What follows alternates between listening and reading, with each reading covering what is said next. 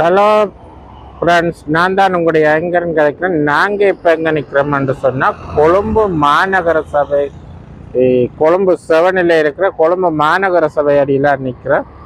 பாருங்க, அங்கே தான் வந்தாங்க. பாருங்க எவ்வளோ அழகாக இருக்குன்னு சொல்லி. இப்போ பின்னேரம் 6:30 இருக்கு. அப்போ விடத்தடிக்கு வந்தாங்க. அப்படியே ஒரு வீடியோ ஒன்று எடுப்ப தான் எடுத்து இவட தான் கொழும்பு மாநகர சபை, கொழும்பு 7. இதில் தான் அந்த கொலித்திருந்த சமூக சேவை கல்லூரி என்று சோசியலாஜி காலேஜ். ஆனால் இப்போ இதில் இல்லை, அது இடம் மாற்றிட்டாங்க.